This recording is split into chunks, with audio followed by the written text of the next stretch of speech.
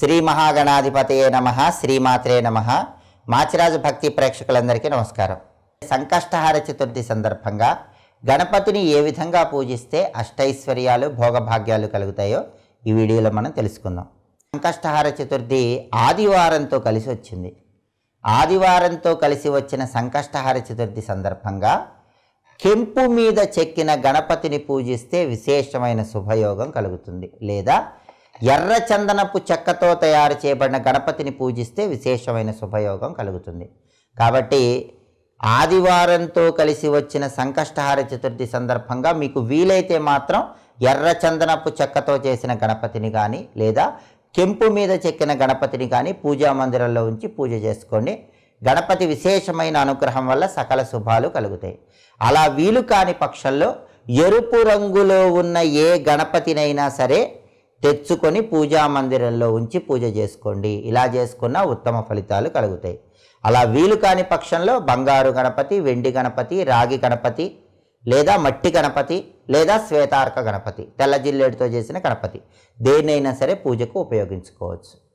సంకష్టహార చతుర్థి ఆదివారంతో కలిసి వచ్చింది కాబట్టి గణపతిని పూజించే సమయంలో ఎర్రటి పుష్పాలతో పూజిస్తే ఉత్తమ ఫలితాలు కలుగుతాయి. అంటే ఎర్రటి మందార పూలతో గణపతిని పూజిస్తే గణపతి అనుగ్రహానికి సులభంగా పాత్రలు కావచ్చు. ముందుగా పూజా మందిరంలో పూజాపీఠం మీద బియ్యపిండితో ముగ్గు వేసి ఆ తర్వాత ఒక ఎరుపు రంగు వస్త్రాన్ని ఏర్పాటు చేయండి. ఆ ఎరుపు రంగు వస్త్రం మీద గణపతి ఫోటో కానీ విగ్రహాన్ని కానీ ఉంచండి. ఆ గణపతికి రెండు వైపులా వెండి ప్రమిదలు ఉంచి ఆ వెండి ప్రమిదల్లో కొబ్బరి నూనె పోయండి. ఒక్కొక్క ప్రమిదలో 5 ఒత్తులు విడిగా వేసి దీపాన్ని వెలిగించండి. గణపతికి కొబ్బరి నూనె దీపం ఇష్టం కాబట్టి రెండు వైపులా 2 వెండి ప్రమిదలు ఉంచి కొబ్బరి నూనె పోసి దీపాలు వెలిగించాలి. ఆ తర్వాత గణపతి ప్రీతి కోసం గణపతి 108 నామాలు చదువుతూ ఎర్రటి పుష్పాలతో కుంకుమ కలిపిన అక్షింతలతో పూజ చేయాలి. గణపతి 108 నామాలు చదవలేని వాళ్ళు ఎవరైనా సరే చాలా సులభమైనటువంటి మంత్రం ఒకటి ఉంది. ఆ మంత్రం ఏంటంటే గం ప్రప్రసాదనాయ నమః. ఇది మంత్రం. సంకష్టహార చతుర్థి సందర్భంగా గం ప్రప్రసాదనాయ నమః ఈ చిన్న మంత్రాన్ని 21 లేదా 54 లేదా 108 మీ శక్తిని బట్టి చదువుతూ ఎర్రటి పుష్పాలతో గణపతిని పూజించండి. ఎర్రటి పుష్పాలు కూడా అందుబాటులో లేకపోతే అక్షింతల్లో కుంకుమ కలిపి ఆ కుంకుమ కలిపిన అక్షింతలతో గణపతిని పూజించండి. పూజ మొత్తం పూర్తయిన తర్వాత గణపతి ప్రీతి కోసం దానిమ్మ పండు గింజలు నైవేద్యంగా సమర్పించండి. ఆదివారంతో కలిసి వచ్చిన సంకష్టహార చతుర్థి సందర్భంగా దానిమ్మ పండు గింజలు, యాపిల్ పండు ముక్కలు గణపతికి నైవేద్యంగా పెడితే గణపతి అనుగ్రహం వల్ల తొందరగా మీ సంకటములన్నీ తీరిపోతాయి, మనోభీష్టాలన్నీ నెరవేరుతాయి. అలాగే పూజ మొత్తం పూర్తయిపోయిన తర్వాత సంకటనాశక గణేష స్తోత్రాన్ని చదువుకోండి.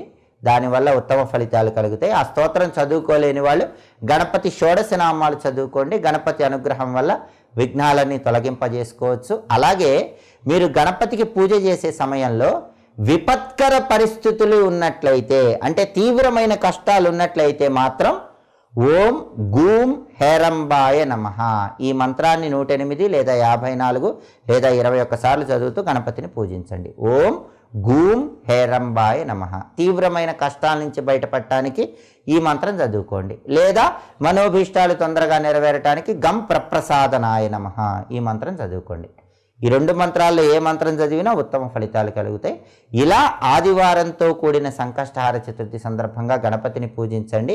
అలాగే గణపతి ప్రీతి కోసం నువ్వులతో తయారు చేయబడిన పదార్థాలు నైవేద్యంగా సమర్పిస్తే కూడా గణపతి అనుగ్రహం కలుగుతుంది. గణపతిని పూజించేటప్పుడు మీకు నేరేడాకులు లభించినట్లయితే కొన్ని నేరేడాకులు కూడా గణపతి విగ్రహం దగ్గర లేదా ఫోటో దగ్గర ఉంచి నమస్కారం చేసుకోండి. అలా చేసుకున్న గణపతి అనుగ్రహానికి సులభంగా పాత్రలు కావచ్చు. అలాగే గణపతికి పూజ పూర్తయ్యాక అటుకులు బెల్లం కలిపి నైవేద్యం పెట్టి దాన్ని ప్రసాదంగా స్వీకరించి ఇంట్లో పిల్లలకు పంచిపెడితే కుటుంబంలో పిల్లలు చెప్పిన మాట వింటారు, పిల్లల జీవితం బాగుంటుంది, భార్యాభర్తల మధ్య గొడవలన్నీ తగ్గిపోతాయి. ఆదివారంతో కూడిన సంకష్టహార చతుర్థి సందర్భంగా ఇలా గణపతిని పూజించండి.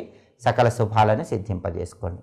దైనందిన జీవితంలో మీకు ఎదురయ్యే ఆర్థిక, ఆరోగ్య, కుటుంబ సమస్యలకు చక్కటి పరిష్కార మార్గాలు తెలుసుకోవాలనుకుంటున్నారా? అయితే మా మాచిరాజు భక్తి ఛానల్ని తప్పకుండా వీక్షించండి. మా వీడియోస్ మీకు నచ్చినట్లయితే మా ఛానల్ని లైక్ చేయండి, కామెంట్ చేయండి.